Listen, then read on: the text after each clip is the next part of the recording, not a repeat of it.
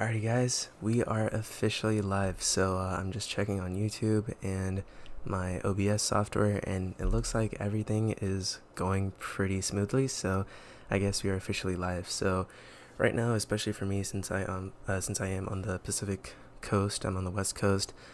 I'm literally up at 4 a.m. It's honestly so tiring. I literally woke up at 2 a.m., had a bowl of oatmeal, had a cup of coffee, literally have my second cup of coffee right here once this live stream starts. So it's honestly super early for me right now. Um, yeah, I'm just checking on YouTube right now, but it is super early. It is like 4 a.m. here, and for those who are watching in Japan, in Europe, also in the eastern coast of the U.S., you guys are so much more luckier because you guys get to wake up earlier. You guys get to wake up later in the day and get to at least be a bit more awake. While for me, I'm here up at 4 a.m. PST waiting for this live stream. So for those who don't know exactly what I'm going to be talking about today, obviously if you guys saw in the thumbnail or also in the title, this is actually going to be a live stream of Canon's announcement that they're actually going to be announcing a couple products today that I'm actually really excited for. So for those who have watched my YouTube channel, you guys know that I don't really talk about a lot of camera gear, purely just because I don't want to make my channel into more of like a camera filmmaking type thing, unless if you guys want me to. But for the time being, I'm not really like interested in making my YouTube channel mainly about filmmaking or camera gear. But just with Canon's products that they're going to be announcing today, like I can't resist. So honestly, for the next few videos that I'm going to be uploading on my channel, it's most likely going to be a bit more about camera gear and stuff like that. So if you guys are interested into camera tech, camera gear, make sure to continue sticking around because it's definitely going to be worth it. But other than that, like I'm not going to make a whole lot of videos, but today Canon is going to be announcing 2 new cameras and a bunch of different lenses. So for filmmaking, it's going to upgrade my filmmaking to the next level. So I'm going to be talking a bit more about that, and that's the reason why I started this live stream an hour before Canon is, because their live stream is actually going to start at 5 a.m. Here in Canon USA, and also the same thing for Canon Europe and Canon Japan. I'm obviously going to be watching the USA version, purely just because I live in the US, and also there are a few more reasons why I'm really interested about the USA version compared to the other ones, and I'll tell you guys about that in just a sec. But before I begin, I just want to go over some of the things that Canon is going to be launching today, talk about the pricing, and why I might just get one of the cameras. So let's get into that. So I'm going to decrease this right here. So now it should be in the right hand corner of the display. And yeah, so this is what I'm looking at right now. This is Canon's website for their live stream. Here is the virtual product launch. It's going to be July 9th, 8 a.m. EST. Obviously for me, 5 a.m. PST, so super tired. But this is obviously Canon USA's main thing, and the biggest reason why I'm going to be watching the USA version is because of this guy right here. As you can see on the bottom left, the Canon ambassador for today's announcement is none other than the one and only Peter McKinnon. So for those who don't know who Peter McKinnon is, you guys probably don't watch a whole lot of filmmaking stuff here on YouTube. But for those who don't, Peter is a very well-known YouTuber who does his videos more mainly about photography, cinematography, filmmaking, things like that. So if you guys are super interested into those types of things, definitely recommend go checking out his channel, because he has I think he's almost close to 5 million subscribers at this point. And by the end of this live stream, I'd assume that he'd be getting 5 million subscribers. But he's actually going to be the Canon ambassador for today's announcement. So he's going to be one of the speakers talking about the new cameras that are coming out today, some of the new lenses. So I'm super excited to see what he's got to say about the new Canon cameras. And then over here we have some other Canon, they're not necessarily Canon ambassadors, but they're also Canon speakers. And I'm assuming that all of these people have had time to use the Canon EOS. I don't want to say the name just yet, but I'm assuming that they've all at least had a feel for the new cameras that are coming out today. And then here we just have some other content creators that are going to be talking later today. And yeah, kind of just more about Canon's virtual product launch for Canon USA. Right here in this next tab, I have the live stream for Canon Europe, since they're the only Canon YouTube channel that has actually put their live stream that's going to be premiering within 50 minutes. They're the only YouTube channel that has so far. I don't think Canon Japan has announced anything just yet for the EOS, for the new Canon products. Neither has Canon USA, so we're just going to have to wait until 5 a.m. or 8 a.m. wherever you are here in the US. So we're just going to have to wait for that. But already here on Canon Europe, it's already here. So for those who are waiting, there's already so many people here in the chat for Canon Europe. Man, I'm super tired.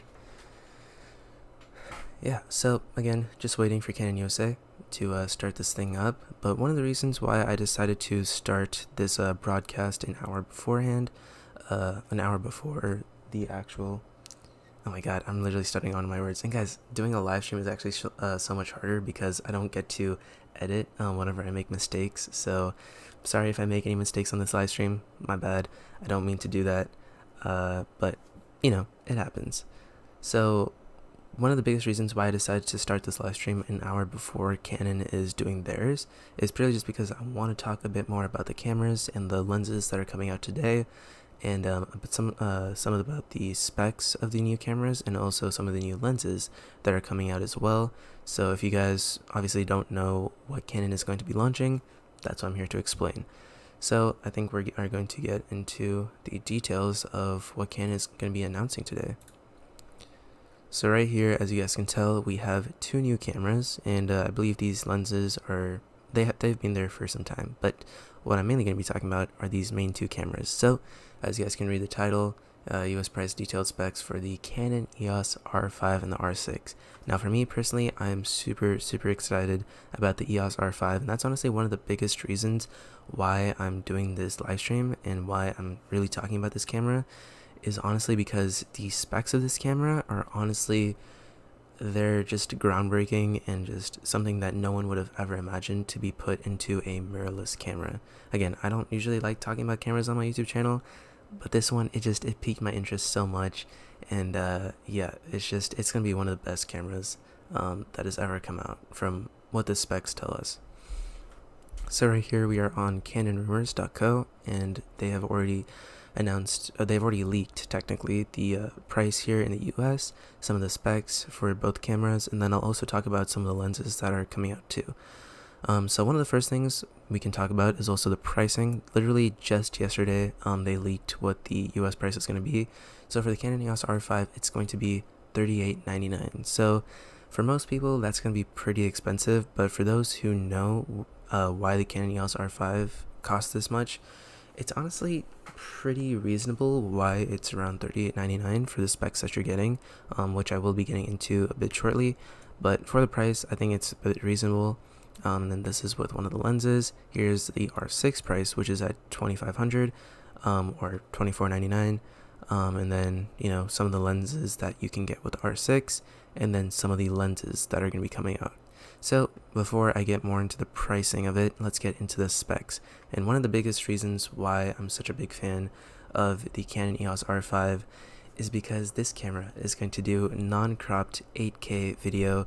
It's going to do 8K 30 RAW at 10-bit 422, and it's not going to be cropped. It's going to be using the full width of the sensor.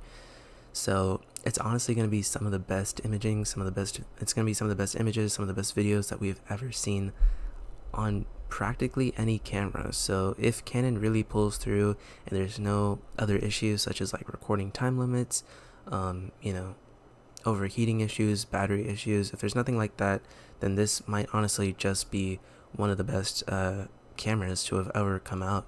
So super stoked on that. So yeah, here it talks a bit more about the processor. It is using the Digic X processor, which is the same one as the Canon 1DX Mark III. Obviously, for those who don't really know what I'm talking about, it's another camera that Canon announced earlier this year. I think that camera actually goes around for $6,500, so that one is definitely geared more towards photographers. It does have some pretty good video specifications, such as what I believe 6K recording. So you know, it's a pretty decent camera, but then again, it's going to be way more expensive than the R5. So the R5 also, it has way more megapixels too. So with this guy, you're getting 45 megapixel size sensor. Let's see what else they got here. Also, they talk about the different formats for photos. You got JPEG, you got RAW, 14-bit, you got T-RAW, Canon Original. For movies, you got the All-I codec, IPB, and RAW as well. So definitely going to be, it's definitely going to have some really high-end codecs, which is one of the biggest reasons why I'm worried about battery life and overheating issues, which hopefully Canon will go over in their live stream later today. Here are the specifications for the viewfinder. We have an OLED display. It's pretty regular stuff that we already know. Most newer Canon cameras already do have an OLED display, so pretty much already know that. Yeah, stuff like that. Shutter speed. Oh yeah, so for photographers, if you guys do a lot of continuous shooting, it will do 20 frames electronic with electronic shutter, and it will do 12 frames with mechanical shutter. So for a lot of continuous shooting stuff, that's some pretty good specs, and you'll obviously get your raw photos in that as well. EVF, stuff like that. Oh yeah, so for the SD card, the Canon EOS R5 is actually going to be having a dual SD card slot. One of them is actually going to be a CF Express Type B slot, and then the other one is going to be an SD UHS 2 card slot. So for me, I'm actually planning to be picking up the R5. I know it is quite a bit of money, but the thing is, for me, I haven't necessarily upgraded a lot of my camera gear in a very long time. It's honestly been a while since I've upgraded my camera gear. I think one of the last things I purchased for my camera gear has been my recent drone pickup, which is the DJI Mavic 2 Pro.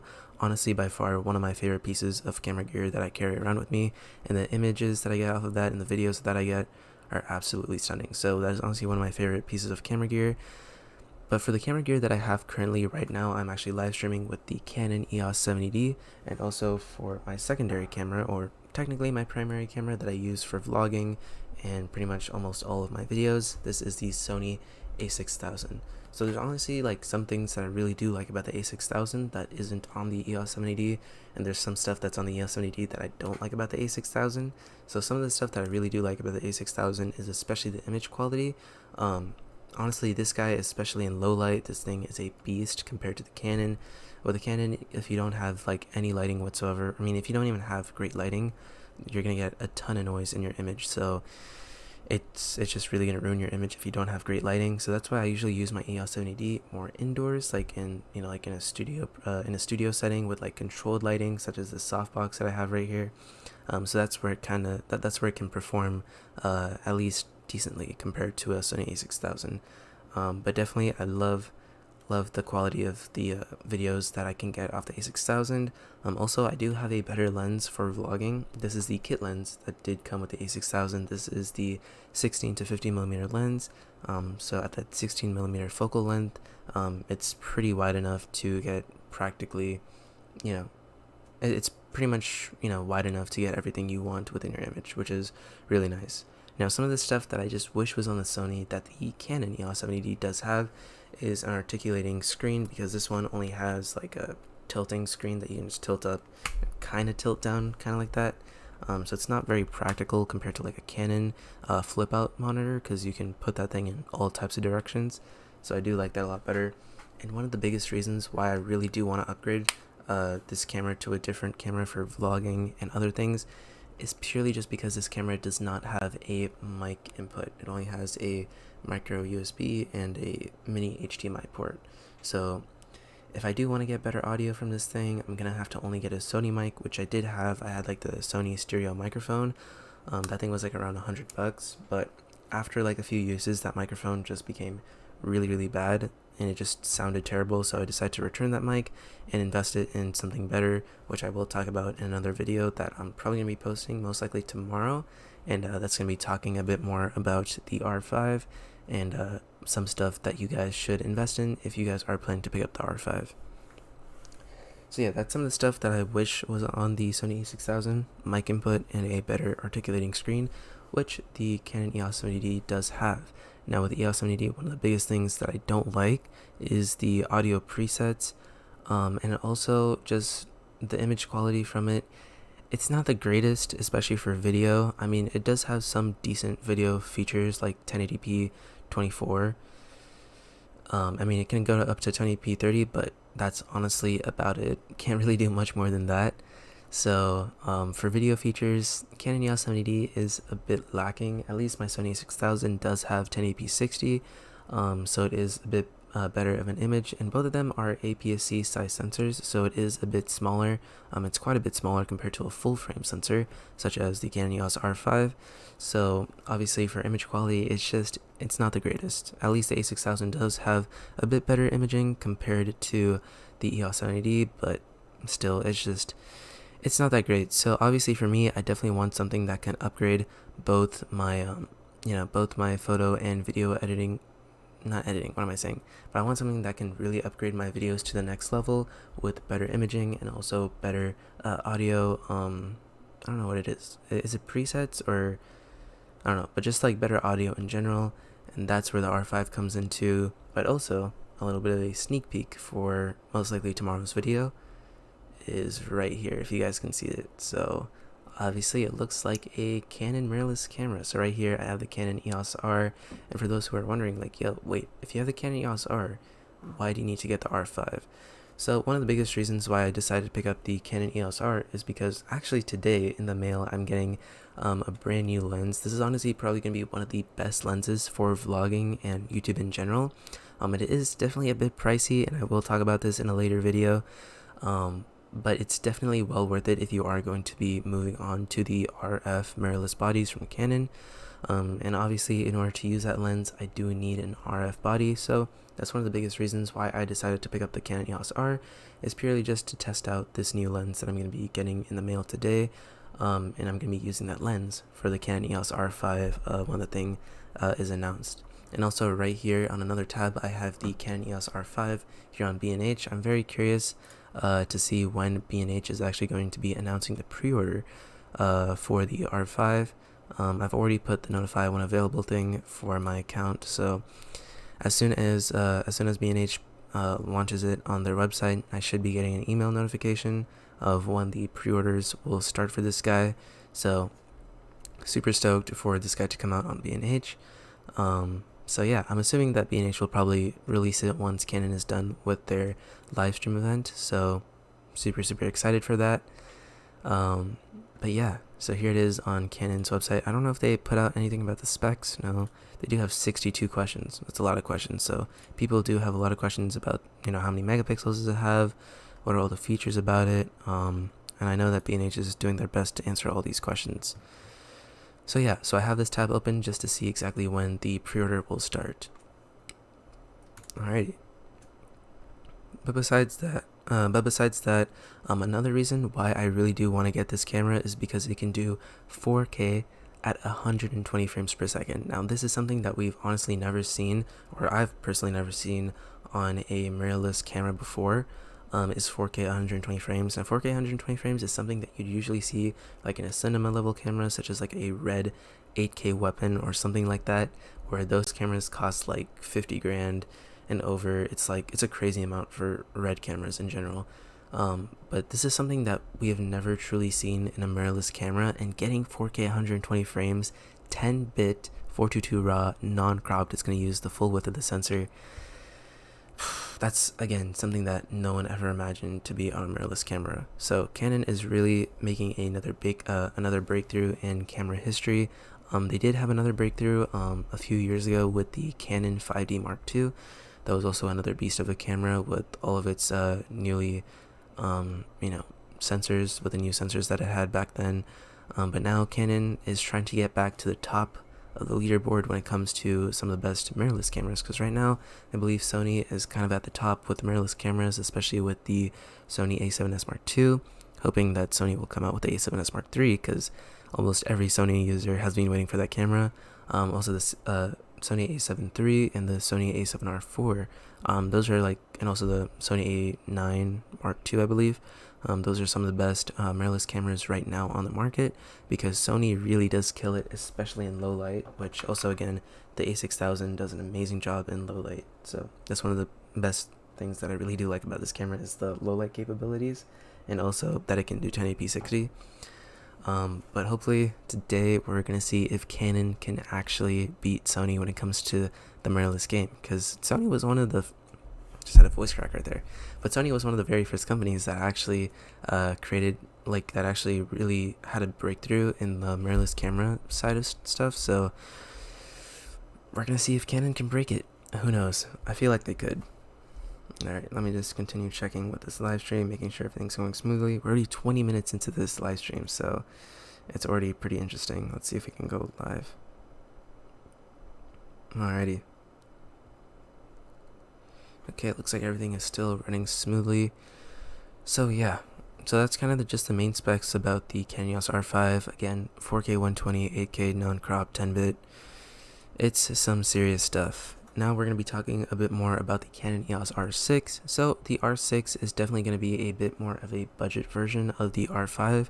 I believe it's coming around $24.99, so it's almost half the price of the R5, which is pretty nice. It's using the exact same processor as the Canon EOS R5, which I kind of feel strange. I feel like, you know, for most people, I think the R6 might just be a better camera, purely just because it's going to be a lot cheaper, practically using the same sensor. However, I feel like the R6 is definitely geared more towards photography, and for those who wanted to get the 1DX Mark III but couldn't afford it since it's like $6,500, I feel like the R6 is practically just the smaller version of a 1DX Mark III, in my opinion, because it is using the exact same processor as a 1DX Mark III, has approximately a 20 megapixel sensor, so definitely I think that's also another big reason why the R5 is twice the price, because the R5 has a 45 megapixel sensor while this one only has a 20 megapixel sensor. So, you know, for video, I guess that doesn't really matter, but for photo, maybe it does matter a little bit.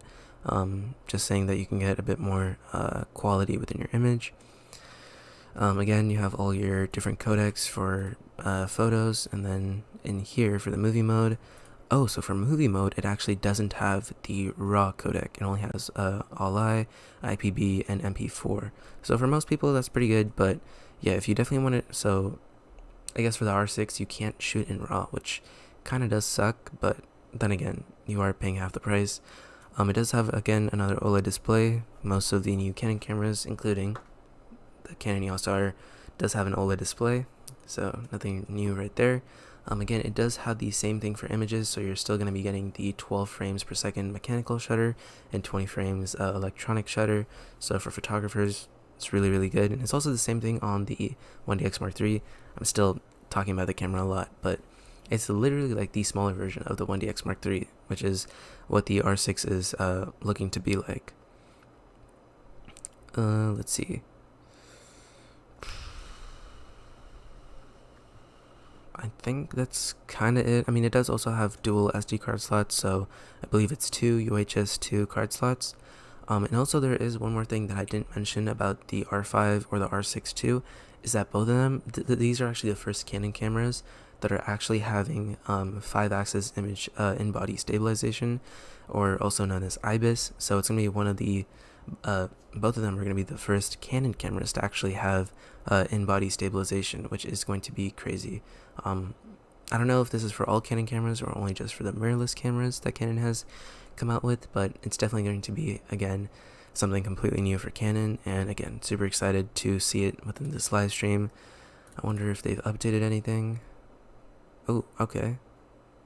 Alright. Alright. I'm gonna lower this volume just a bit. Let's see. I'll lower this volume just a bit. So, right here is Canon's thing that we got. So Canon co-create virtual product launch Thursday, July 9th. So finally, I think this is actually on Vimeo, or maybe Dailymotion, I can't tell. So yeah, it's right here, Canon co-create virtual product launch. Super excited. So I'm just gonna leave this page open. We're gonna go back to the specifications. So yeah, as I was talking about, we are gonna be getting the 5-axis stabilization on both the R5 and the R6, so it's definitely going to make your images come out a lot smoother, and also for video, it's going to stabilize that video so much better. Obviously, who knows if it's going to be as good as a gimbal, but again, I'm still very, very curious.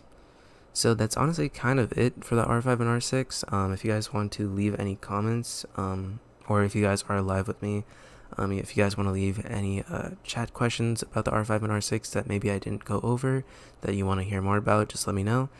But besides that, I'm just going to go more into the pricing for these cameras because I definitely want to get back into this virtual product launch for Canon. So up here we have the pricing for all of the new stuff that is coming out today. So again, the R5, $38.99. So obviously for the specs that I just stated, $38.99 is honestly a decent price when, it's already rumored that the Canon EOS R5 can most likely outperform a Sony Venice. And for those that don't know what a Sony Venice is, it is a $40,000 cinema camera. And I have seen some articles saying that the R5 can actually do better than the Sony Venice, which is completely crazy to me. So seeing that a $4,000 mirrorless camera can beat a $40,000 cinema camera, $38.99 seems like a pretty good price. Definitely if it was over $4,000, I don't think I would have probably picked it up because it might have been out of my price range. But for me, I think $38.99 is pretty reasonable, and honestly that is the exact reason why I have the B&H page right here, just waiting for me to get the notification when this thing is going to be available for pre-order. So I'm super excited for that. I seriously can't wait. And so $38.99, reasonable price. And then the Canon EOS R5 with the 24-105 f4 lens. This lens has been there for quite some time. I believe it came out in 2018 with the original Canon EOS R. I believe it's only roughly around $1,000. And this is literally the exact same lens that you guys see in this image right here. This is the 24-105 f4 lens that you guys can see on B&H's photo on B&H's website. So it has been out there for quite some time, and if you guys want to get that combo kit with the R5 and the lens, it's going to cost $5,000. So again, it's not bad considering that you are getting an $1,000 lens. And the 24-105, it's not a bad lens, especially for both photography and videography, but especially with a smaller aperture at f4, you're not going to get the best image quality from it, but it'll be decent if you're just doing some hobby type work. For the Canon EOS R6, again, it's going to be way more expensive. It's going to be $2,500, $2,499 as it says right here. So it's definitely a lot cheaper, and for those who have a much more of a tighter budget and don't want to spend a whole lot on the R5, the R6 is again another great option because it's pretty much just going to be a smaller version of the 1DX Mark III. Sadly, you can't shoot in RAW, but you're still going to be able to shoot in 10-bit 422 HDR. So again, it's going to be really good for the price. And then here is actually a different lens. This is the 24-105 STM. So the other one was a USM. This is an STM. So it's going to have a different way of doing focus, I believe, a different way of doing autofocus, a much more silent version. So it's definitely a lot more of a cheaper lens because getting the combo, it is $28.99, so that is $400 more. So again, pretty good price if you guys are just trying to start out. If you guys are kind of getting into the Canon side of things, this is honestly a pretty good kit to go with. So pretty reasonable price.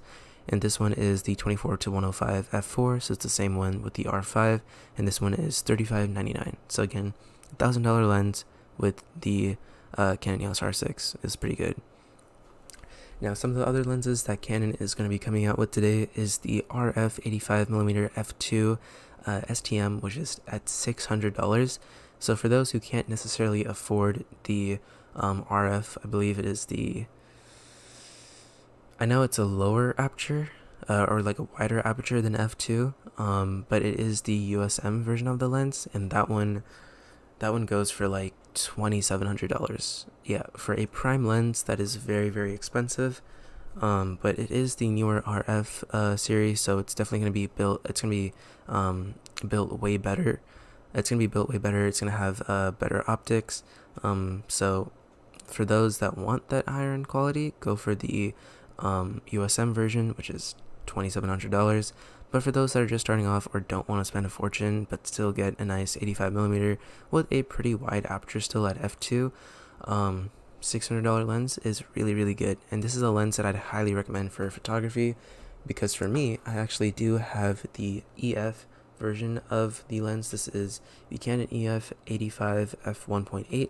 So it's the EF version, as I said, and it's honestly still a really good lens. This lens goes for about $350 nowadays, so it's pretty affordable. And this thing is actually an aperture of f1.8, so you are getting a little bit of a faster aperture compared to this RF version, but not by much. And also it is an amazing lens for portraits, so if you guys do a lot of portrait photography, highly recommend an 85mm. Then we have a new 100 to 500 millimeter lens from an f4 to a f7.1. This is also a USM lens, so this is going to be $2,700, which again, it's going to be the same price as the Canon RF 85 USM, or also one of the holy grail lenses, which is the Canon RF 70 to 200. I believe that's f2.8 or it's f2.8 for that lens, and that one is also $2,700. So this one, again, if you do a lot of sports photography or wildlife photography or stuff that you just need like a lot of tighter lenses, more tighter than a 200mm lens, sure, I guess. But then again, it is still a very expensive lens, so obviously do your research before you are planning to pick up a lens of exactly what you need. Do you need something that's wide, something that's, kind of wide but also a bit tight? Do you need something that's sort of tight?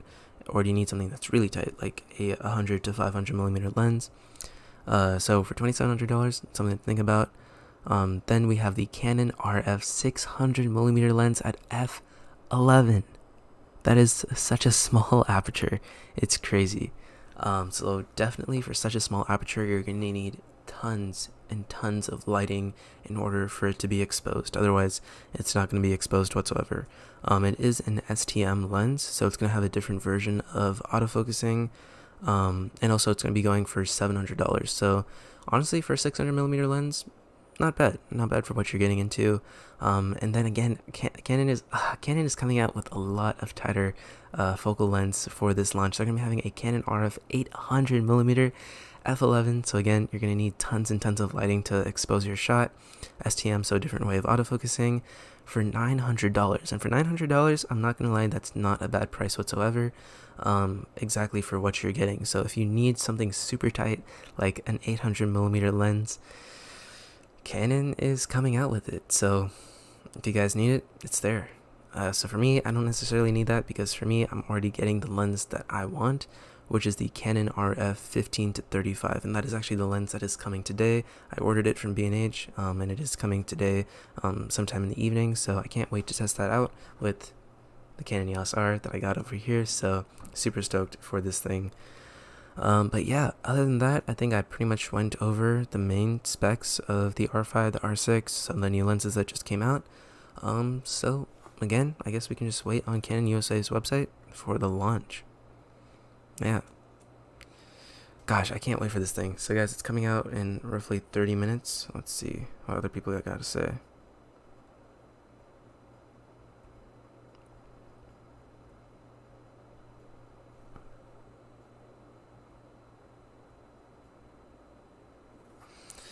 Alrighty, just checking up on my Instagram, checking on my YouTube just to see how well this live stream is going, and so far it's going pretty smooth. Super excited. Let me just check my OBS, check out my YouTube. Let's see if you guys have any comments. Alright, nothing so far. Yeah, so obviously there's not a whole lot of people that are watching this live stream. There's only very few that are joining right now. So if you guys are watching, thanks for tuning in. I feel okay, so a few more people are joining in. So what's up, you guys? Thanks for tuning in for the live stream. So we're still waiting for the Canon announcement to come out. So yeah, if you guys have any questions about the Canon EOS R5, the R6, any of the new lenses, just let me know. Let me just lower this a bit more. But yeah, if you guys have any questions, let me know. But for the time being, just gonna wait it out. And yeah. And also, as I said, Peter McKinnon is going to be the Canon ambassador, so that's going to be pretty interesting. So I have been checking up on his Instagram, I've been checking up on his YouTube channel. I believe he's going to be coming up with a new video on his YouTube channel around 5 a.m. So I might check it out, or maybe later I'll check it out after the live stream gets over. But I'm assuming that it's going to be about the Canon EOS R5, R6, and some of the new lenses.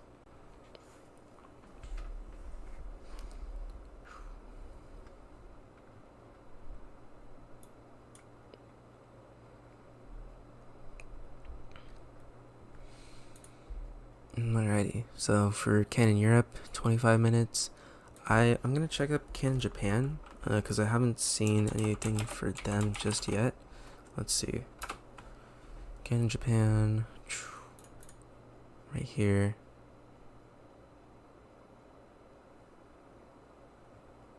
Yeah, okay. Alright, so far on their main website, I haven't seen anything. Let me just look up Livestream. See if they got anything here. Alright, so mainly we just got Canon USA. Let's see, Canon Global. Newsroom.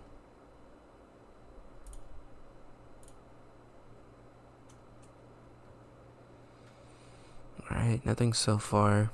Also, on June 24th, Canon developed the first 1 megapixel SP8E image sensor. So, I guess for whatever image stuff that an SP8E sensor is made for, I guess Canon is getting another world's first at it. So, Canon is coming out with a lot of world's firsts. I mean, world's first 8K in a mirrorless type body, 4K 120, a lot of new lenses, especially that 800mm lens. That's gonna be crazy. I'm not gonna lie. So we're just gonna have to wait and see. So those who are also interested in Peter McKinnon, I'm gonna check up his Twitter because I know he's pretty up to date with his Twitter. So if you guys see right here, this was 2 days ago. He said no videos until Thursday this week. Don't worry, it'll be worth it. So obviously he's talking about Thursday, which is today. So obviously it's going to be about the R5. And I believe 20 hours ago he said one more day. And obviously he capitalized the R because, new RF bodies are coming out today. So yeah, everyone is talking about it. Let's click on it. Yeah, everyone's like, yo, why are you teasing this? This is too cruel. Yeah.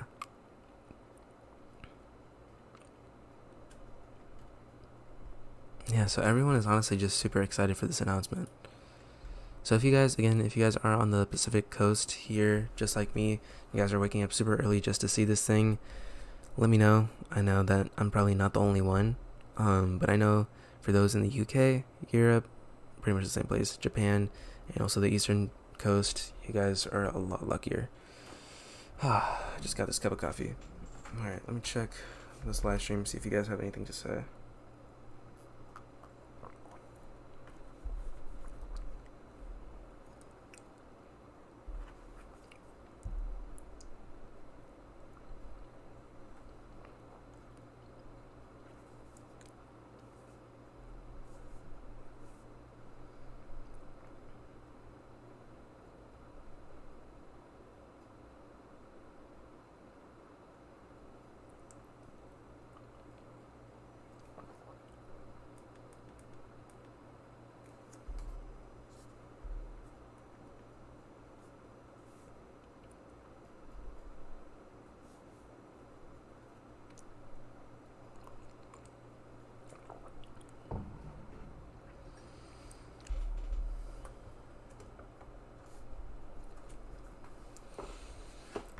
Alrighty, let's go see on Canon Rumors if they have any new leaks beforehand. I mean, well, we're 20 minutes away from the live stream just starting on Canon's website.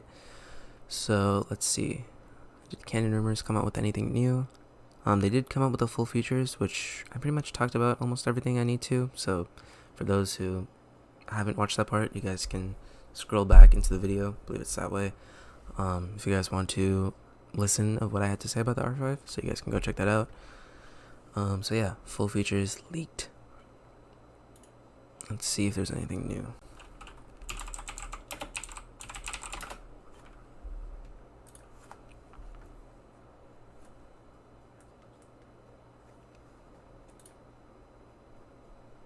Oh, okay, so on their website, they put up the reimagined Canon Premiere. It's the same one right here. Starts in 20 minutes. Obviously, it's 4:40 right now. I'm getting nervous, guys. I've been waiting for this camera for the past 7 months. and now they're finally going to announce it. And also, I guess one more thing that I haven't mentioned about the R5 and R6 is exactly when they're going to be shipping out. So for pre-ordering, it's most likely going to be starting today, hopefully after the live stream, or maybe even during the live stream. So I'm going to have to wait and see. Still checking up with B&H just to see what they got to say. But for shipping out the R5, I believe the R5 is going to ship on July 30th. Because originally the rumors were that it was going to ship out in September, which I'm like, oh my god, I can't wait for that. I can't wait until September for this camera to come out. It's too long. I might as well just stick with the R instead of getting the R5. But I'm so glad that some of the new leaks have said that it's going to be shipping out at the end of July, because at least I can wait for that. I can wait for the end of the July. So July 30th is the ship date for the R5. And I guess rumors for the R6 is that it's going to be shipping sometime in August, sometime like around the 27th, I believe, of August, which I believe is another Thursday. I like how Canon is just dropping everything on Thursdays. It's kind of funny. So yeah, if you guys are planning to get the R6, it's definitely going to be coming a bit later. But again, it's definitely going to be well worth the wait if you guys want that camera. Again, 4K 60, 1080p 120, 10-bit, full. I would assume it's full frame. I don't think there's any crop with that. But you're just not going to be able to shoot in RAW, no 4K 120, no 8K. Also, I believe that the R5 does have a bit better of a build quality compared to the R6 from the leaks that I've seen. But yeah, that's mainly about it. I don't really know about anything else.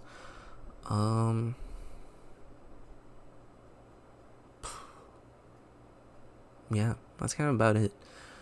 So for the meantime, B&H hasn't put out anything for the Canon EOS R6, I believe. I don't think they have.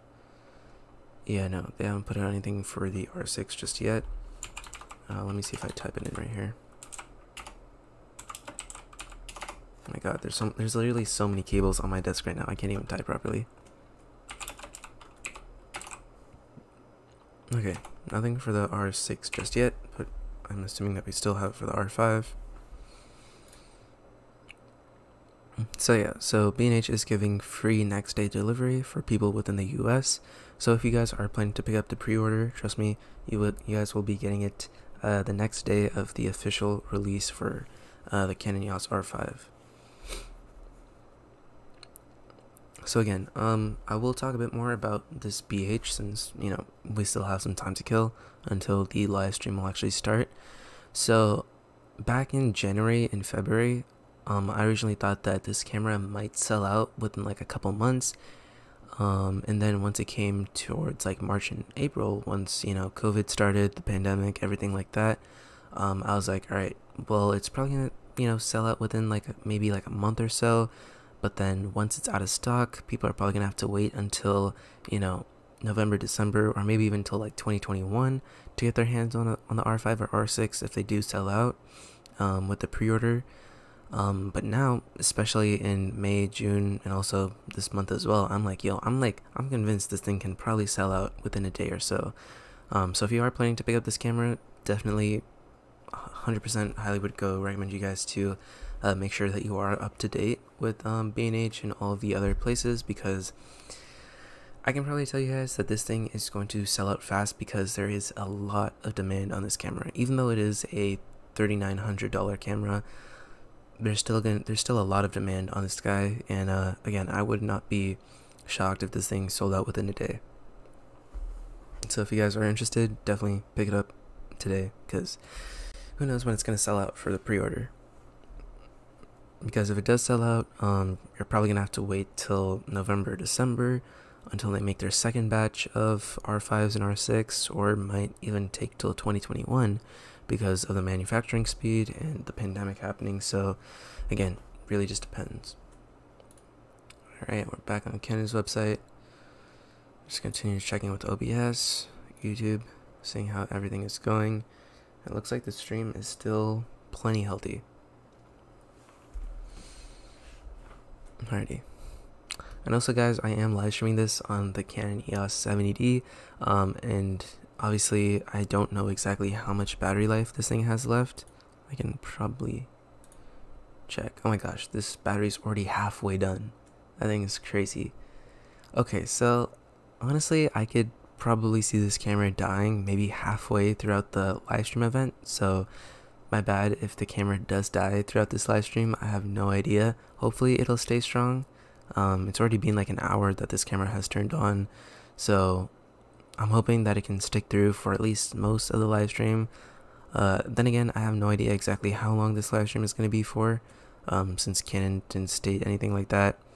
But right here, they even say, okay, so Canon is already, oh my gosh, okay, I did not scroll through this website, but Canon is actually already talking about it. Okay, wow. So Canon officially announced it. It's going to be a 45 megapixel sensor, which we already knew from Canon rumors. But guys, alright, so I guess I can talk about this for the next 15 minutes until the live stream starts. So right here, it talks about the featured cameras. We got the EOS R5, and they already mentioned about the R6, which I'm really curious about because they never truly mentioned the R6 anytime beforehand. So this is kind of nice. I didn't know that they were going to have this. So the EOS R5 advances image quality to a whole new level for stills and video with impressive image resolution, fast autofocus, outstanding stability, improved dynamic range, which is something that I really do want within a Canon camera, because especially with the EOS 70D, this thing has terrible dynamic range. Like, especially if I am shooting outside with the EOS 70D, either I'm perfectly exposed and the sky is completely blown out, or the sky is exposed and then I'm just really dark and underexposed. So especially with the R5, it's definitely going to give me way better dynamic range, which I'm hoping for. But then a camera, gosh, I'm so excited for this release. And guys, also both my parents know exactly how much I am excited for this camera, because this is literally like a dream camera to almost every filmmaker or cinematographer out there right now. So yeah, 45 megapixel sensor, up to 12 frames mechanical, 20 frames silent shutter, electronic shutter. So again, for photography, that's going to be really good for continuous shooting. We got eye, face, head detection, and also for autofocusing, and we got animal AF, which is autofocus. We're going to get 8K RAW up to 30 frames per second and 4K up to 120 frames per second, non-cropped full frame. Whew, it's going to be good. And to top it all off, Canon's first in-body image stabilization within a mirrorless camera. Man, that is a lot for the R5. Alright, so we're going to see about the R6. So this is actually Canon's first time that they are talking about the R6, because they have been very silent about it, but they have given out a ton of leaks for it. So right here, the R6 is a high-performance mirrorless camera that's ideal for advanced creators and serious hobbyists looking for a powerful still and video capable camera to take their visions to the next level. So again, as I said, it's going to be a great camera. So it is, again, a 20 megapixel full frame CMOS sensor. So it's going to be practically the same sensor as the 1DX Mark III, up to 12 frames per second mechanical, 20 frames per second silent shutter. So again, really good for photographers. It's going to have eye, face, head detection for autofocusing, and the same thing for animals. And for video features, which is for me, 4K up to 60 frames and 1080p up to 120 frames. So there are already a lot of mirrorless cameras that already do have 4K 60 and 1080p 120. So it's honestly nothing new. Obviously with 4K 120 and 8K RAW, that is completely new on mirrorless cameras. So this is something that's already been out there, and it's also going to have in-body image stabilization, so IBIS, which is again another Canon's first in the mirrorless line. So yeah, for video capabilities, it'll practically do pretty much everything you need, but if you do want that 4K 120 and that 8K RAW, which in my opinion is kind of worth that upgrade, definitely I feel like the R5 is the way to go. So yeah, that's obviously it for cameras pretty much, and here we have featured printers. So here we have the Pro 300. For me, I don't really care because I don't need a new printer. Cool. I don't know. New printer. I don't really care about that. Oh, okay. Now here we're talking about the lenses. So featured lenses, again, we have the 600mm f11. Again, super small aperture, STM, so different way of autofocusing. This is a highly portable and lightweight 600mm lens. Provides impressive super telephoto range, outstanding results at f11, and an affordable price. Yeah, because it's honestly going to be, I think, this one was $700 or $600? Somewhere around there. I think it's $700 for this lens, which again is not a bad price for a really tight focal length.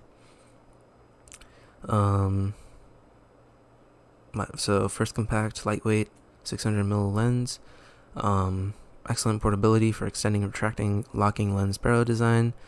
Okay, so it's got good protection, high image quality, fixed at f11 aperture. So guys, again, you guys will definitely need to film or take pictures with this on a super bright day.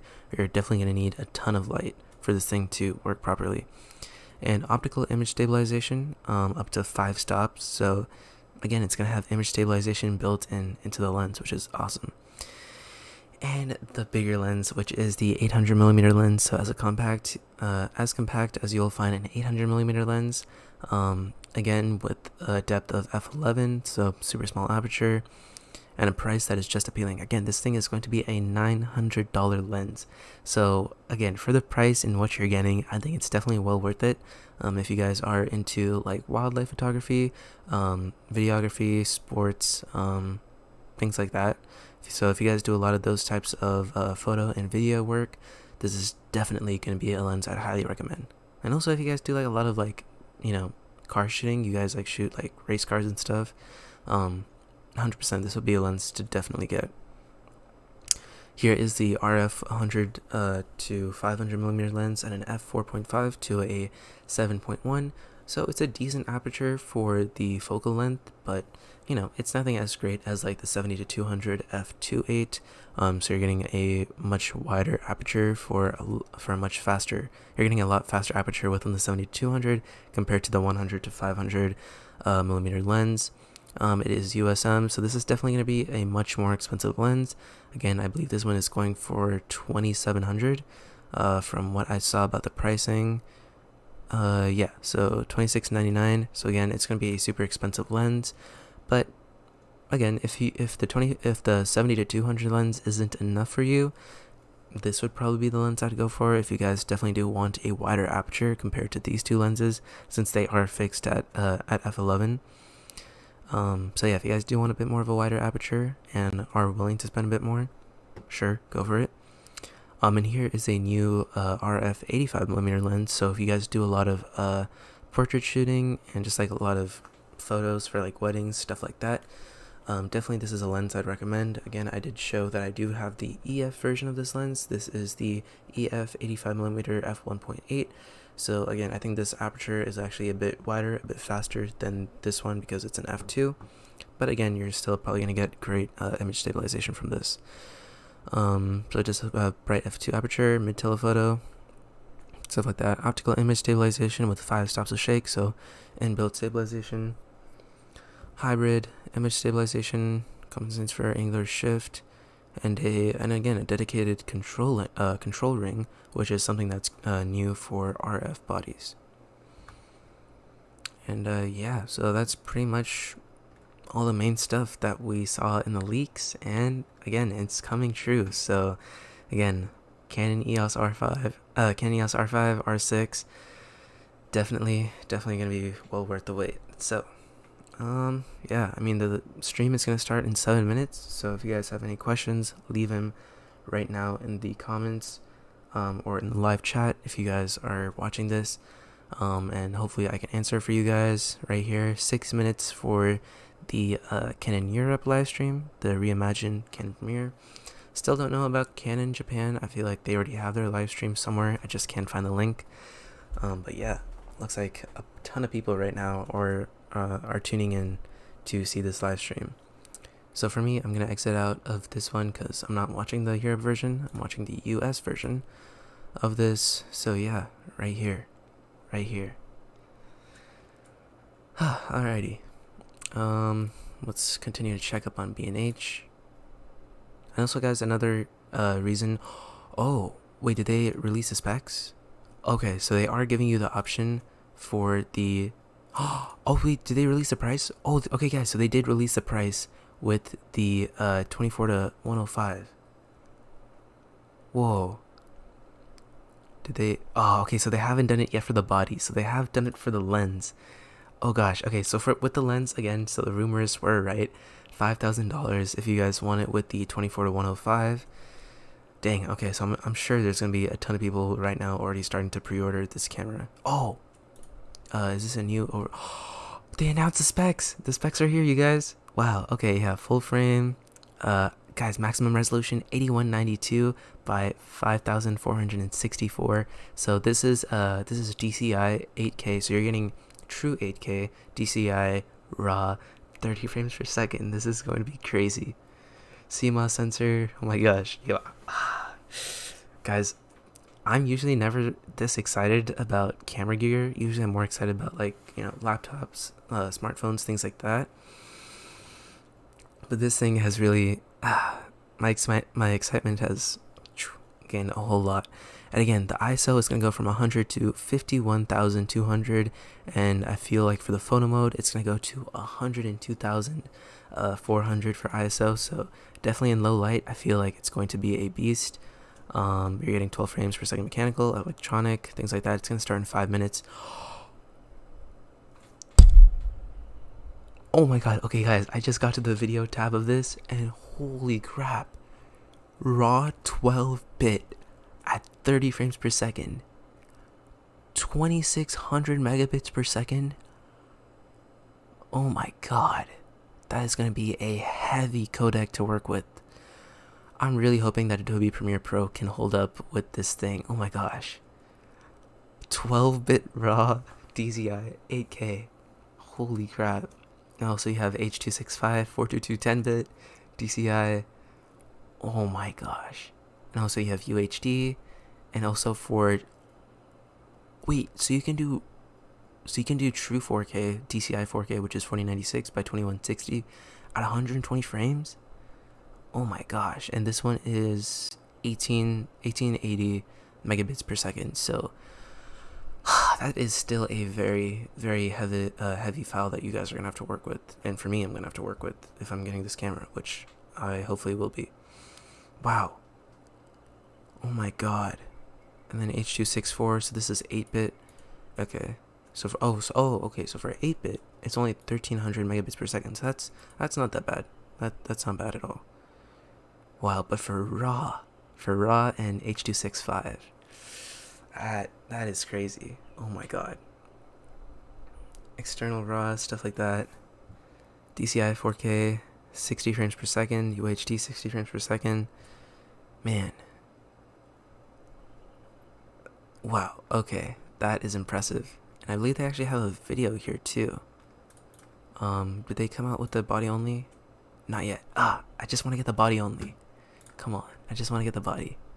Oh, and they did release new images for their release. Alright, so here are all the images that you get with just the body alone. So I think this is a USB Type-C to Type-C. Some kind of mount. This is the new battery. This is the LPE6 NH. I believe that's a new battery for the Canon EOS R5 and the R6. So I believe it's going to be the same size as the LPE6, which is the same battery that goes for the EOS 70D and the EOS R. I believe it's going to be the same size, but it's definitely going to have a lot more milliamps within it. So hopefully it's going to be the same size, and hopefully it can work with my older cameras. And you're getting and you're also getting a charger. So, all right. So we got some new images. That's good. And I believe there's a new video that they just put up here, or did they take it down? Oh, they might have taken it down, or maybe it's with the 24 to 105, since they already put that up for pre-order. Oops, right here. Or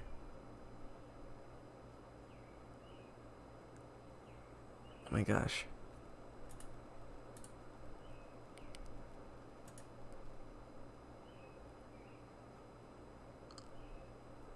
Okay guys, it's gonna start in 2 minutes, so I'm gonna just quickly wrap up stuff. If you guys have any questions, let me know right now. Cause okay, I guess the videos aren't showing up on B&H's website. So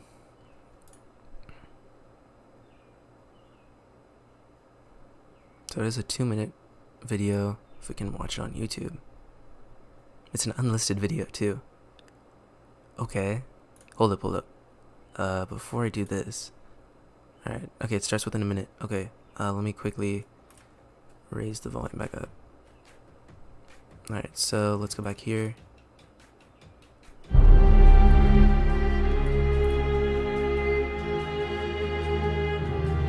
R5. Okay, I'm just gonna quickly skim through this video. Okay, images. 45 megapixel sensor. Ooh. Looking good. 8K. Okay, this is looking good. Wow. 4K 120. HDR, PQ, SDR, stuff like that. Alright guys, it is 5 a.m. Alright guys, 10 seconds. I'm going to erase this a bit more. Alrighty, we're starting. We got 6 seconds on the clock. Let's put this in full screen. Alrighty, it's starting. Alright. Good morning. Thank you for joining us at this early hour. My name is Tony Kano, and I am the Executive Vice President and General Manager of the Imaging Technologies and Communications Group at Canon USA. We have something big news to share with you. But first, I would like to thank you for your support of Canon. I have been with Canon for 36 years, including almost 19 years at Canon USA. Even after all this time, I still get excited when we are about to unveil new products. I think you're really going to like what you see, and I can assure you that we have much more planned for the future. I would also like to talk with you a little about the power of imaging. In recent weeks, we have experienced a number of events both worldwide and here at home. From the start of COVID-19 pandemic to the protest for racial equality and social justice, images have been captured to help tell the stories of those affected. At Canon, we view the power of imaging as something that can bring people together. The images captured are so impactful and can be used to help us realize our corporate philosophy of Kyosei. All people, regardless of race, religion, or culture, harmoniously living and working together into the future. As a leader in the imaging industry, Canon USA has always felt deep responsibility to ensuring that all members of our community feel valued and empowered to achieve their creative visions. Thank you again for your support of Canon. Now, the news you have been waiting to hear. Alright guys, it's starting. Let's see this thing. And also I'm going to continue checking up with B&H to see their thing. If we can pre-order it just by the body alone. So I'm going to continue checking with that. Peter's talking. Oh my god, it's Peter, you guys. Guys, I'm such a big fan of Peter. It's locked on. It looks good. It's like left, right. It won't. Do you see that? This looks really good. So we're shooting on the... Hi, by the way. We're shooting on the new Canon... He's the guy who inspired me to start vlogs. I almost gave it away. The one thing they told me is just intro and then pass it along, dude. Don't just... Okay, I'll rewind. What's up, everybody? Peter McKinnon here. I am a filmmaker and photographer from Toronto, Canada. Proudly flying the flag up north, doing my part. And if you could... Can you grab that? Yeah, fold it. Don't let it hit the ground, okay? It is my pleasure and honor to be able to be here today to welcome you, no matter where you're watching this from, your car, your lunch break, the bathroom, lunch break, wherever you're watching this from, get stoked. Get excited because we've been waiting for this day for a long time. A long time, and it's here, and it's spicy. I don't know if you're ready for it. I don't know. So Rita's going to come in and she's going to tell you more of the facts. I'm just supposed to pass it off to her.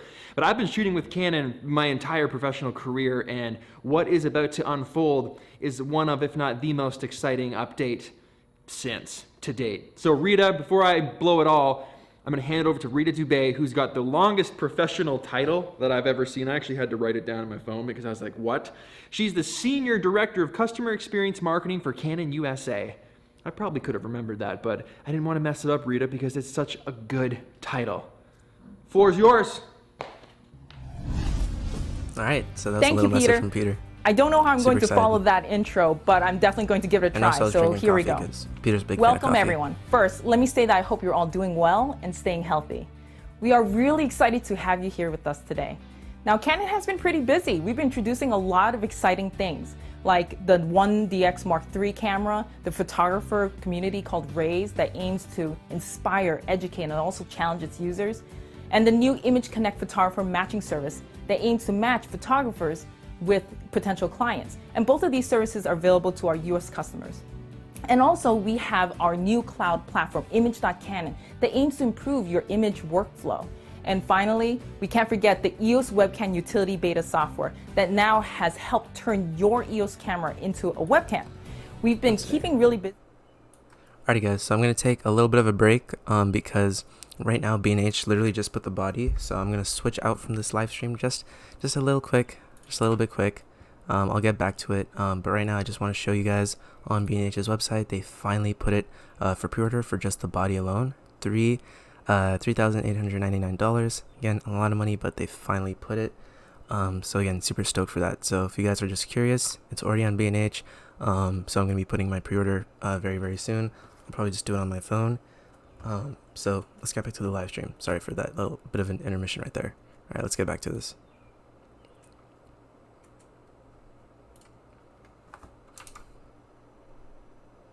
All right, we're back. Now today you will hear the ins and outs about each of these products from our own Canon experts as well as some professional photographers that we've been working with. And they've had the first dibs on trying to work on these products firsthand. And these include Canon Ambassador Peter McKinnon, Explorer of Light's Lindsay Adler, Sal Sancada, Roberto Valenzuela, Vanessa Joy, Joel Grimes, as well as Rick Salmon, who have all gotten first exclusive access to using these products and putting them to the test. And we can't wait to show you what they've created. Now, let's kick it off with Canon Tech Advisor Drew McCallum and the EOS R5 camera. Thanks, Rita. Hello, and once again, welcome to my home office here in New York. Back in April, we dropped some information about the upcoming EOS R5. It was mostly about the video features of the camera. Well, I'm here today to tell you as much as I can about the EOS R5 and to provide first-hand reports from some of our creators who've had a chance to work with the camera and lenses you'll hear about. With the introduction of these two cameras today, we're giving image makers and videographers some options to choose from to create their work. I know there's many questions as to why two different cameras. Do you need the highest performing Canon mirrorless camera for your work every day? Or are you a content creator, enthusiast, or advanced amateur who needs high quality and functions, but at a lower price point? I know there's been a lot of discussion and debate on the resolution of the EOS R5, so to put that discussion into overdrive, the EOS R5 will have a brand new, Canon designed and manufactured 45 megapixel CMOS sensor. This new sensor will offer incredible image detail and expanded dynamic range. Paired with the Digic-X image processor that was first introduced with the EOS 1DX Mark III, this camera will have incredible processing power, capable of shooting at 12 frames per second mechanical and 20 frames per second silent shutter, including autofocus and auto exposure. This camera will feel at home in portrait and fashion studios, out in the field for landscapes, wildlife, and nature, or the press rooms of our nation's capital. We've also pushed the boundaries for viewfinder use. With 100% viewfinder coverage with 1,053 automatic autofocus zones, so no matter where your subject is in the viewfinder, you will not be limited in your compositional creativity. Combine this with face, eye, and head detection, similar to what you see in the live view shooting of the EOS 1DX Mark III for people, and now including eye, face, and body tracking for dogs, cats, and birds. Having faith your subject is in focus has never been easier. With these features and more, we wanted to see in the real world what this camera was capable of. So we gave the camera to a few photographers to see what they could do. As a special treat to you all watching, you're about to be the first to see an exclusive video captured with the EOS R5, done by vlogger, content creator, and coffee aficionado with over 4.5 million subscribers on his YouTube channel, Peter McKinnon. Let's see. Oh my god. Peter actually filmed the video. Oh, it already looks so good. When you hear the word artist, you might think of a painter, a museum, fancy degree. When I hear the word artist, I think of my friends, the local restaurant owner, a little kid sitting under a blanket with a flashlight dreaming of the stars. An artist isn't bound by the restrictions of society. An artist doesn't see the world in straight lines. An artist finds comfort in the unknown. A place where we can express our most inner feelings through our works without bounds. A limitless expression of freedom.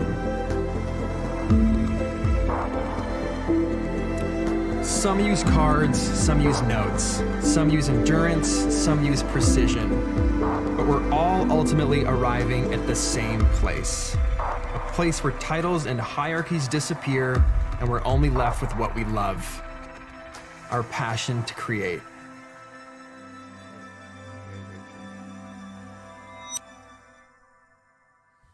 It would take much longer than I have in this segment to cover all the additions and features of the EOS R5, so let's speak to a couple of our photographers who have had the chance to work with the Canon EOS R5.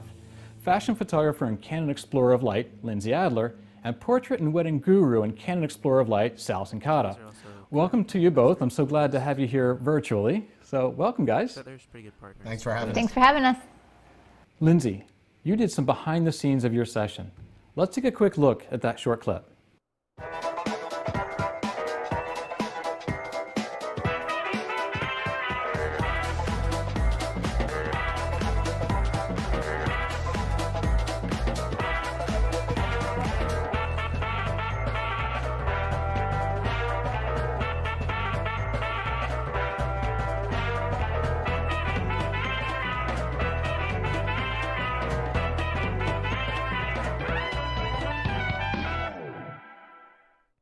Sal, you shoot stills and video for your clients, so let's take a quick look at the segment from your shoot.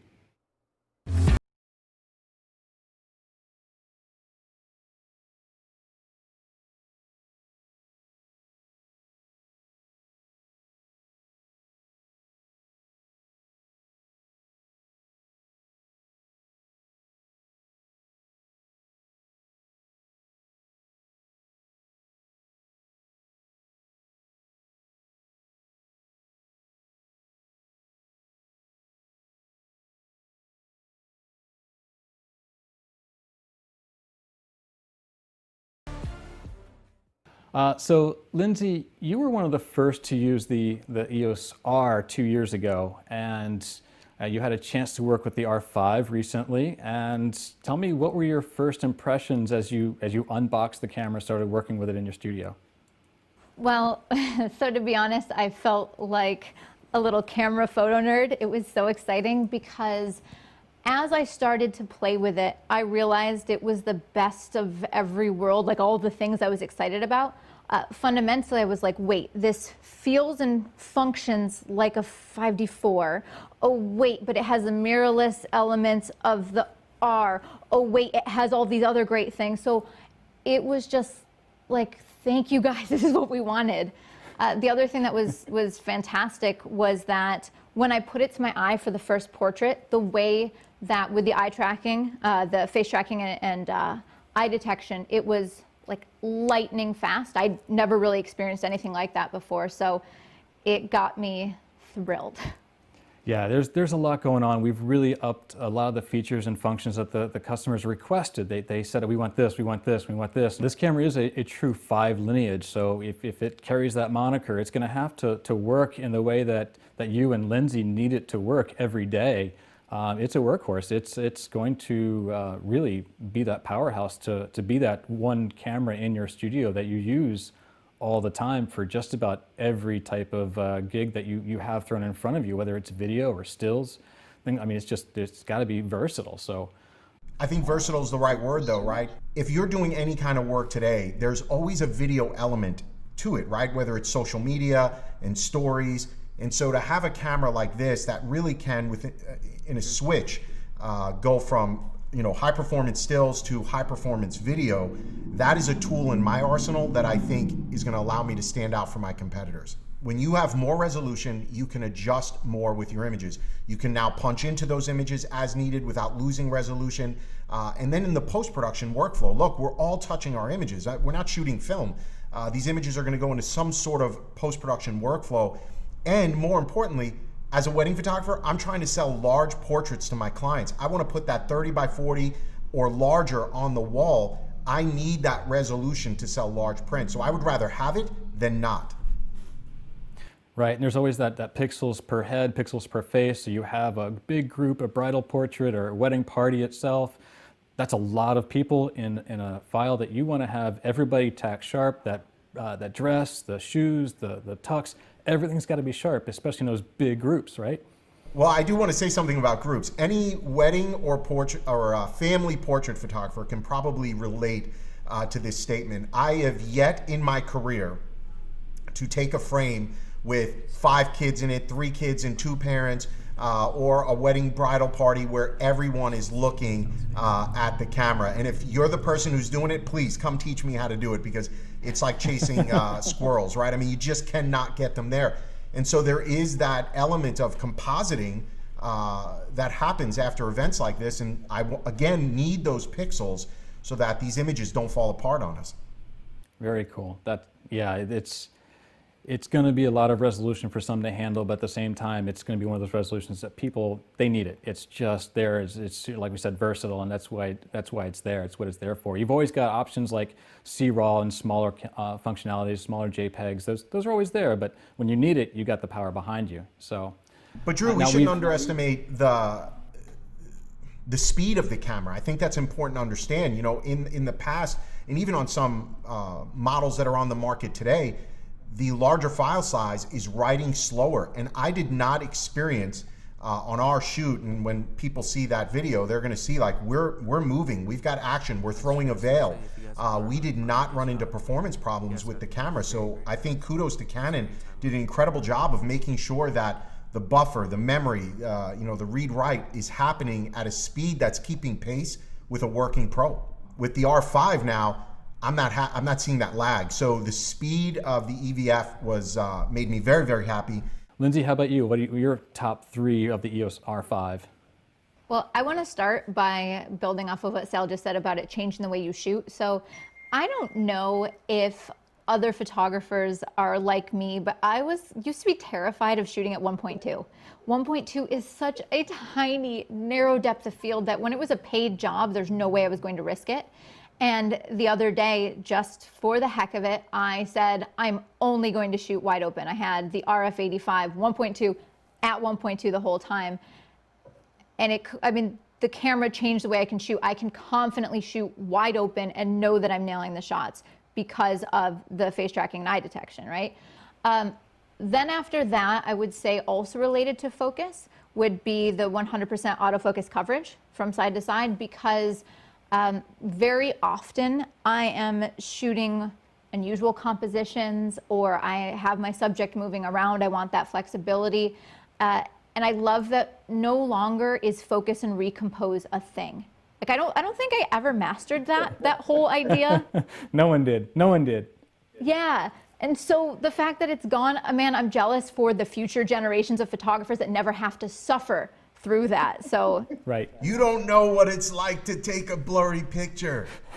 They won't. You're totally right. They won't have to suffer through that. And then I think the third thing, I guess it's kind of a spec, but just the fact that the camera accomplishes so many things in one. So the fact that it has so many video capabilities, because I'm going to be using this camera sometimes to direct.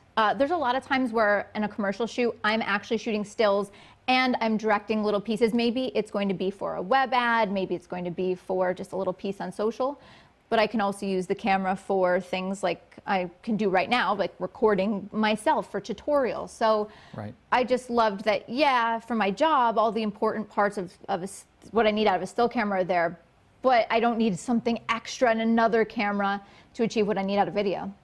I will say, when I got the camera, the first thing I did was check to see how much Canon listened. So I go, okay, let's see. Oh, yep, dual card slots. Okay, everyone's going to be happy. And then I went to the back and I'm like, oh, yep, joystick, got it back. Everyone's going to be happy. So that was one of the first things I did, pick up the camera, and I was like, Canon listened, they care. So that was a good one. It's the little things. Yeah, it's the little things that are big things. So, Lindsay, any closing comments or thoughts or things that you think we didn't get to that you want to really make sure that Lindsay's voice is heard? Yeah, well, no, I was going to mention that one of the things I didn't bring up was the in-body stabilization. you know, there's a few lenses that I use very often that do not have stabilization built in. And when I was actually shooting for the first time, I was shooting this burlesque scene. It was meant to be old Hollywood. And as I was shooting it, I was thinking, you know, old Hollywood usually had really narrow depths of field. And I was using strobes at the time. And I was like, you know, it doesn't seem right. I should probably use these as hot lights like it would be in old Hollywood. So I switched off my strobes and I was shooting narrow depths of field, but even then my modeling lights weren't that strong.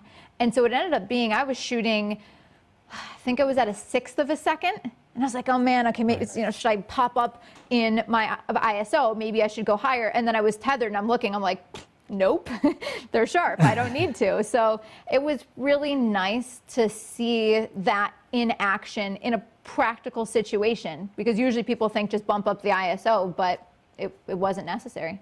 The shot that I'm talking about in particular, the one that it was just crazy milky backgrounds at like a 1/6 of a second, was with the 8512, the RF 8512. Nice. Yeah, I can't wait to see what you get, especially on the fine art side, because you know, following Lindsay on Instagram is pretty insane. Thanks, Drew. How about you, Sal? Any last little comments or thoughts or things that you really want to get across to people that are taking a look or thinking about the R5?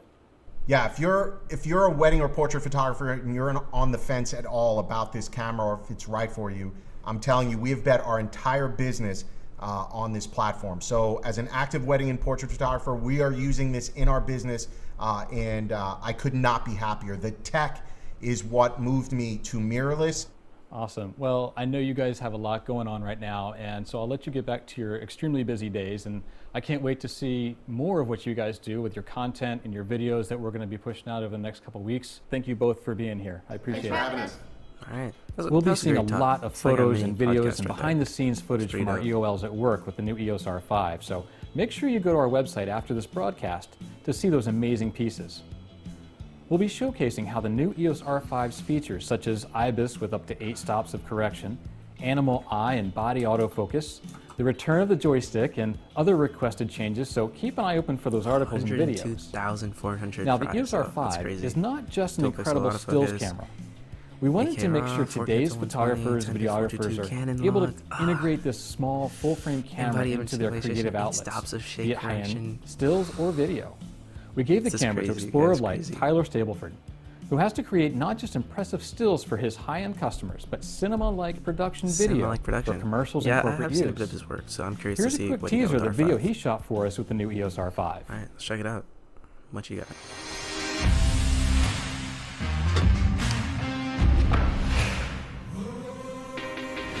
I've been waiting for a camera like this. Honestly, I was blown away when I heard the specs. Right out of the gate, the R5 has 8K full-frame RAW recording. And it can shoot 4K, up to 120 frames per second. Oh, that's mind-blowing. Beautiful stuff, okay. We are moving on to the barbell. This is a shoot that demanded high dynamic range camera. It's a shoot where a lot of cameras could fail. The R5 is giving us a new level of ability to work with light, to work with emotion in a handheld-sized body. I think it'd be easiest since we've got our fill here. The R5 is the first Canon camera to have in-body stabilization. This, to me, is a game changer. Makes my skills as a cinematographer look better. On this shoot, I found myself stripping down a lot of the accessories and just being able to hand hold it. Super cool, I mean, it's handheld. For both video and stills mode, the sensor has a dual pixel autofocus. I found I could tap right on the touchscreen of the R5 for face and eye tracking. And then as I recompose the shot, it's tracking right onto his eye. It is up to speed with the best autofocus cameras out there. Let's go to God, the image quality stills. looks so good, you guys. Get right at the camera here. In stills mode, the R5 has a 45 megapixel sensor.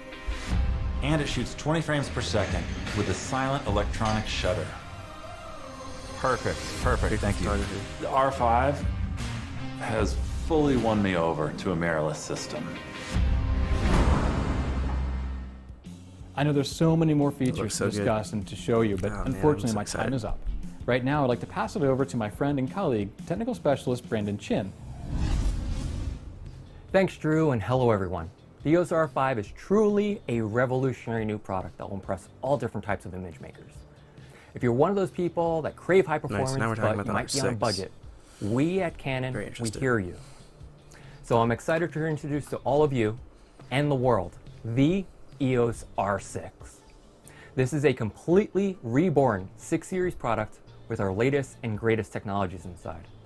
If you've ever dreamt about owning an EOS R5 or an EOS 1DX Mark III for that matter, this full frame body sports Canon DNA from both of those outstanding cameras. If you're an EOS R owner, well, this camera also realizes much of the feedback that we've learned firsthand from your fellow EOS R owners to bring high performance imaging capability, advanced feature set, and outstanding control to the advanced creator. This creates a powerful lineup of EOS R series cameras There to it match is. our already That's the leaked impressive image that we got RF earlier. and EF series optics. With the EOS R6, you'll find a 20 million pixel full frame image sensor, Just as well as means a 20 DigX megapixel. processor. This is the same image processor and base image sensor combination Within the 1DX that Mark is featured III, in yeah. our flagship Yep. EOS 1DX Mentioned Mark it like III 5 camera. times. So this means outstanding high-performance imaging fit for nearly all genres of photography. But here's the kicker. The EOS R6 features Canon's new in-body image stabilizer. This is the same one that can be found in the EOS R5. Yep. And this is for use with both non-stabilized and optically image-stabilized lenses. With this sensor and processor combination, the EOS R6 is truly a hot rod capable of frame rates of up to 20 frames per second in silent shutter mode and 12 frames per second in mechanical shutter mode. So regardless of what type of photography you do, this means speed, stealth, and versatility to get your shots when they matter the absolute most. And we didn't stop there. A working image maker requires consistent and reliable autofocus. And the EOS R6 features the same autofocus system as the EOS R5. The most powerful dual pixel CMOS autofocus system to date. Dual pixel CMOS autofocus 2. This new system with 100% coverage brings consistent and new compositional control to your fingertips.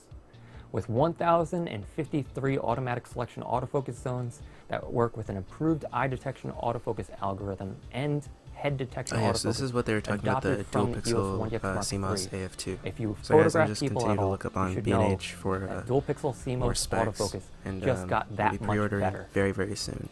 We've even Just need added to Canon's get my dad to newest wake up. autofocus method, animal detection autofocus, with the ability to focus on a body, face, or eye of dogs, cats, or even birds. Vloggers and video creators, we did not forget about you. Thank you. If you've been looking for a UHD 4K capable camera, the EOS R6 has it, with up to 60 frames per second recording. Definitely want that It 120 also has full for sure. HD recording at up to 120 frames per second, and features beautiful dual pixel CMOS autofocus 2 available in all recording modes, making EOS R6 comfortable in all different types of recording And scenarios. still, then again, if you guys don't need Beyond 4K the in-body 120 image or 8K, stabilizer, it also again, has it's still a 10-bit great camera. analog and But for me, ZBRIS, making honestly, it a very moving up to the capable R5, high-performance it's video really, machine. it's Those of really you that just like, requested I don't even advanced think I need features to of upgrade my next camera EOS for R, a long time. we listened. Features such as dual UHS-2 SD Yes. card slots are now available for more peace of mind and better workflow. There's now more control than ever with a multi-controller joystick and dual quick control dials. When adding these dual quick control dials to the main dial near the shutter button and either a control ring or a control ring mount adapter, this will give you 4 total control. Alrighty guys, so I'm going to be taking a little bit of a break from the Canon Livestream after they talk about the R6 because I want to showcase Peter's video that he just uploaded, and I'm really curious to see that one. We'll chat about So the yeah, R6 so after he last talks about review this, I'm just going to go to Peter's video. They can easily find on our website. Instead, to help me explain the feature set of this amazing EOS R6, we have 2 special guests from our Explorer of Light team. My friends, please join me in welcoming the amazing... Alright, yeah, so I think I'm gonna stop from the Canon's co-create, so let's see. Alright guys, so I'm gonna be stopping from Canon's part right here, since I pretty much already got practically everything I already wanted to see about the Canon EOS R5. They already talked about how many megapixels there are, and also if you guys see on B&H, they finally just put it right here. Here is just the body alone. It goes for $38.99. Just putting in my pre-order very shortly for the R5 body. And then here they give you the specs, overview for it, like literally everything is finally here. So super stoked for this thing to arrive. Let's see, do they say like when it will eventually ship out or no? Not yet. Okay, so they haven't said exactly when it's going to start shipping. So maybe I'll head back to Canon once they talk about it. But for the time being, again, it's already on B&H. I'm actually very curious to see where the R6 is. Should be there. Because they already released the Canon EOS R5, so I'm assuming that the R6 should be there. Let's see. Alright, R6 is right here. So again, $24.99. Really, really good price for what you're getting. You got that flip out monitor, dual SD card slots, 20 megapixel sensor, 4K 60, 1080p 120, 10-bit. It's a really, really good stuff right there. DigiX processor, same as 1DX Mark III, and also with the R5. However, the R5 does have a bit higher quality DigiX, so that's the thing. Yeah, so right now we're just gonna go check out Peter's video for what he had to say about the R5. So this is, let me see, just making sure that everything is still here. Yeah, so this was that small little 2-minute video that we saw. Alright, so we're gonna go check out Peter's video. It's right here, live stream, pretty cool. But right here is where we got Peter's video of the R5. What's up, everybody? Peter McKinnon here. Welcome back to yet another video. And folks, today we're talking about the Canon R5. Let's get it.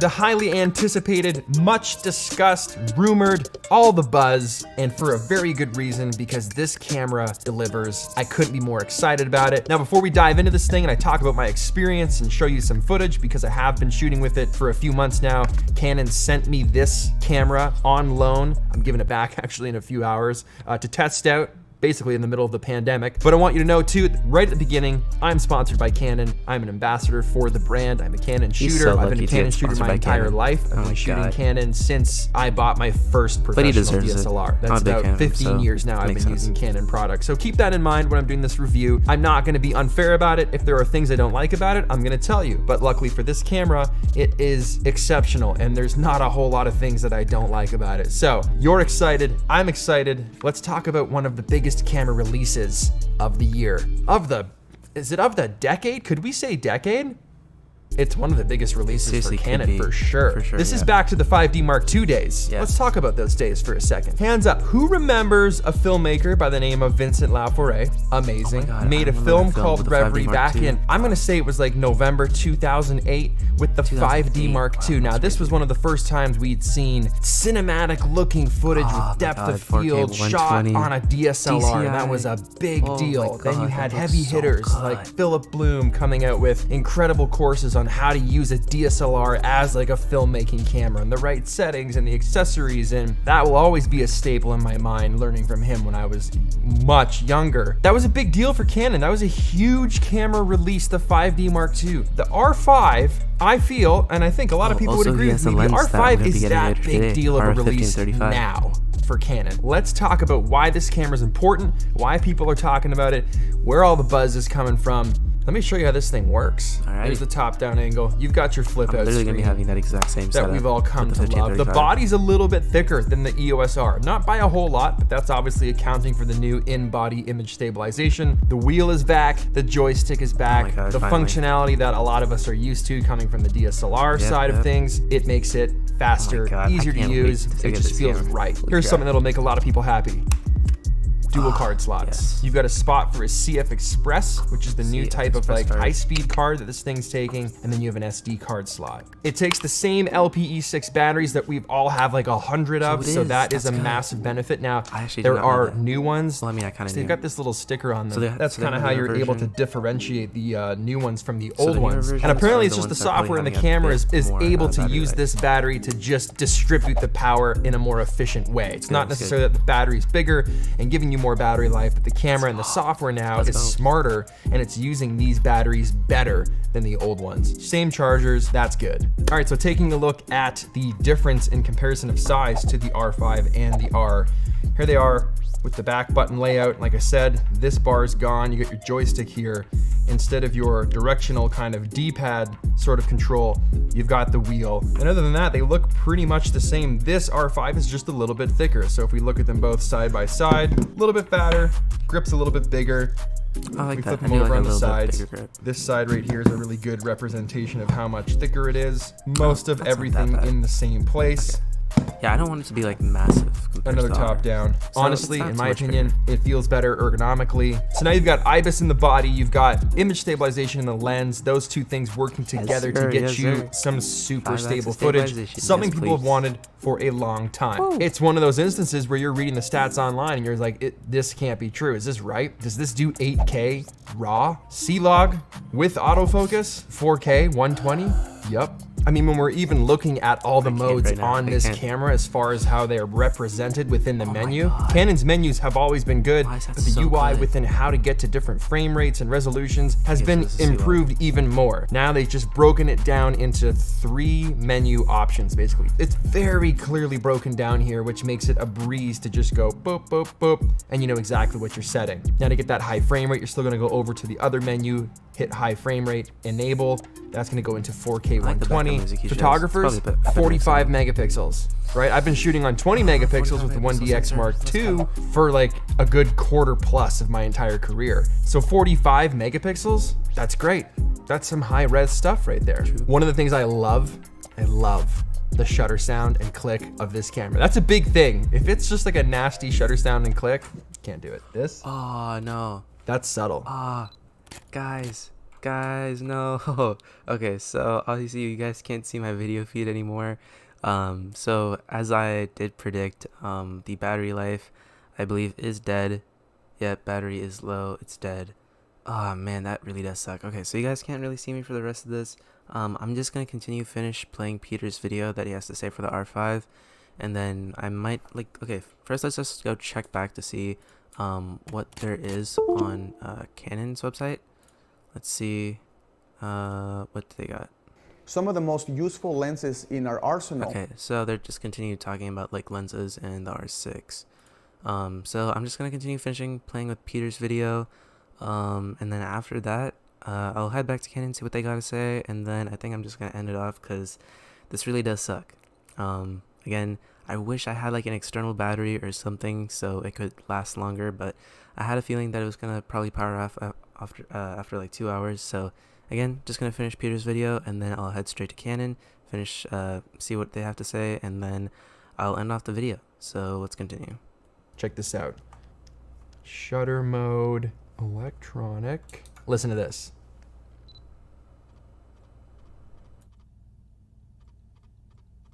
I've literally just shot like 15 frames. There's so many times in photography where that shutter sound can actually be an issue. Wildlife photography, for example. If you're someone that's camping out and you're waiting for a hummingbird or you're waiting for an animal, gone. With this, you're not even sure if you shot the frame, it's so silent. So that is amazing. You're shooting live events, weddings, any type of thing where people are talking and the focus is not on you, it's on something else, and you're needing to photograph that without being a distraction. Amazing. Frames per second wise, this thing is fast. You're gonna get 12 frames per second mechanical, you're gonna get 20 frames per second when you're in live view. So it rips in live view mode.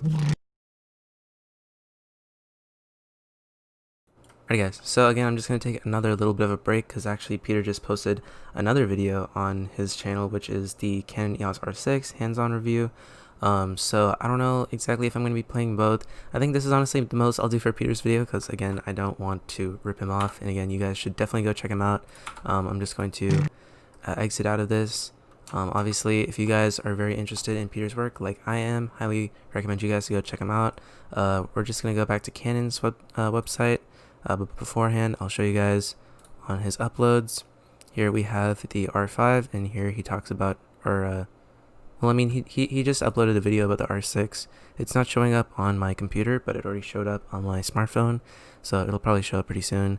But if you guys want to go check out a bit more of what he has to say, you know, just go check out Peter's website. Just go check out Peter's channel. He already has 4.8 million subscribers. I'm sure by the end of the Canon live stream he's probably gonna get 5 million subscribers. So again, highly recommend you guys to go check him out. But let's just go back to Canon, see if there's anything new that they're saying, and then yeah, I think we're just gonna end it off. So let's get back into what they're saying. Continuing to deliver output solutions for creative